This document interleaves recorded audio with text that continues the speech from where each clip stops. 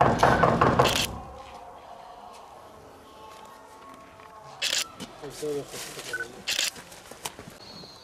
derin bizden böyle sarhoşuz zat derin. Allah'ım kul deri tuzani.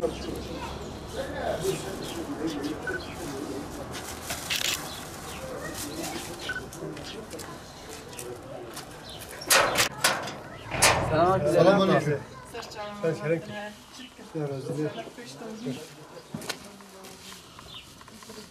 Sevsene. Allah doktor seva. Selamünaleyküm. Diğer geçmiş aylarda olduğu gibi Kasım ayında da Ağrı Umut Kervanı olarak ihtiyaç sahibi ve yetim ailelerimize ulaşmaya çalıştık.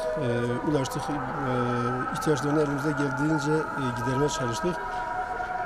Bu kapsamda Kasım ayı içerisinde yine diğer aylarda olduğu gibi gıda, elbise, nakdi yardım ve kırmızı et, beyaz et yardımında bulunduk.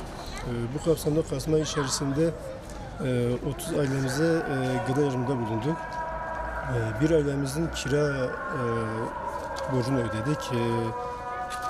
45 tane yetim çocuğumuza kışlık bot ve mont yardımında bulunduk. Bu şekilde yardımlarımız devam ediyor. Kırmızı et dağıtımımız oldu Kasım ayı içerisinde. 20 tane ailemize 2'şer kilodan kırmızı et, 10 ailemize de 2'şer kilodan tavuk eti yardımımız oldu. Bu konuda biz hayırsever Ağrılı halkımızla beraber bu işi yapmak istiyoruz. Tabii her ne kadar biz bu insanlara gidiyorsa da biz yeterli gelmiyoruz bu konuda.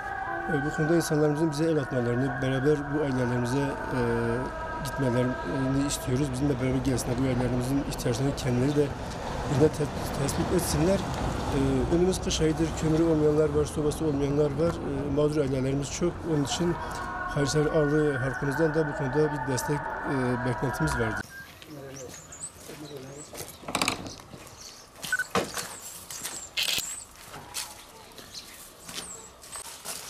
Sola dönüyor mu?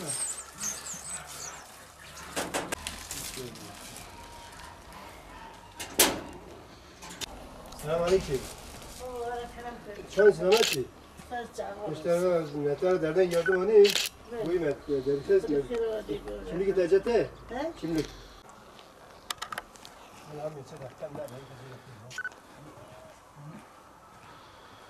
Abi.